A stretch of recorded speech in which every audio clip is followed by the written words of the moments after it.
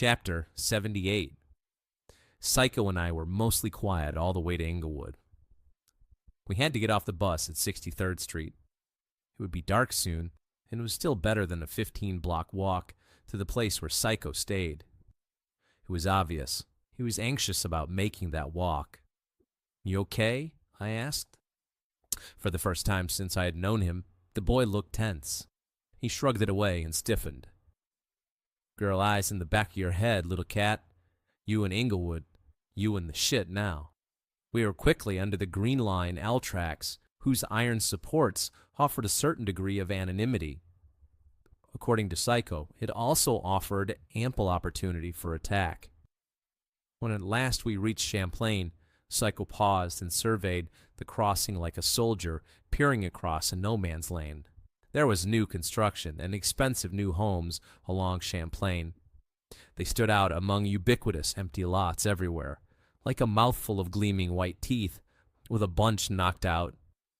Each of those lots represented a family's home and investment lost to poverty and job migration, a cycle which sowed the seeds of crime, gains, and desperation, which then was used to justify further abandonment of these neighborhoods.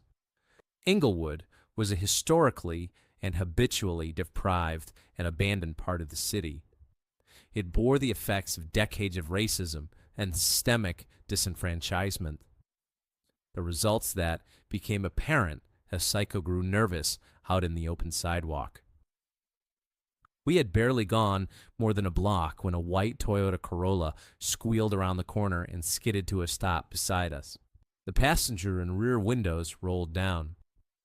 The young black kid, whom I estimated to be no more than 17 or 18, hung partway out of the window. There was a pistol in his hand.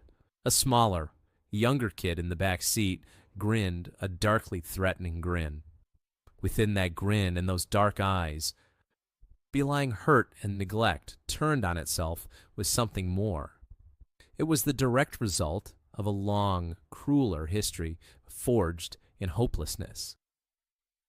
When a community is forced to walk the razor's edge, inevitably, some will fall to one side or the other. And who is to blame for that fall? Psycho turned to face the car, lifting his chin. His expression was skeeling and hard. The man waved the gun in our direction. He was eyeing Psycho's jacket. "Sup, Teddy?" he said venomously. "Theodore," the kid in the back seat mocked. Psycho didn't say a word. I saw his jaw clench. "You a hard man, huh?" said the gunman. "Didn't say nothin'." "Sure is cold on these streets," Backseat said. "Maybe you want a coat, huh?" the gunman said. "Teddy sure got a nice one." He pointed and waved the gun at Psycho. "Teddy was nice enough to keep it a warm for you." "It's my only coat, man," Psycho complained. "Maybe should have thought of that before you decided to trespass on our territory." "Ain't nobody trespassing," Psycho said. "So are you going to do, fight for that coat?" said Backseat. "Ain't nobody going to fight," the gunman began. "Somebody going to get shot. That's what. Be a damn shame to your blood all over that pretty coat." "Brains, too," Backseat added. The gunman turned to speak directly to Backseat. "See what you get when you ain't a foot soldier? Everybody get a piece of your ass." He leveled the 9mm at Psycho. "Give it up."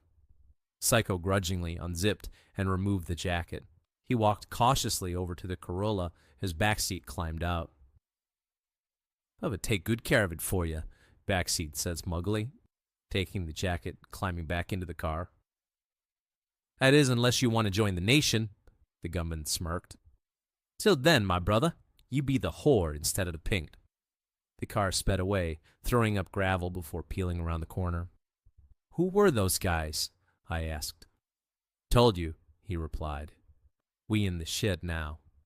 I was stunned. It would be a frigid night. We still had several long blocks to go. I looked up at Psycho, aghast. "How could you give him your coat?" "Don't want to talk about it." Psycho let out a frustrated sigh, picked up the sack, and turned up the sidewalk.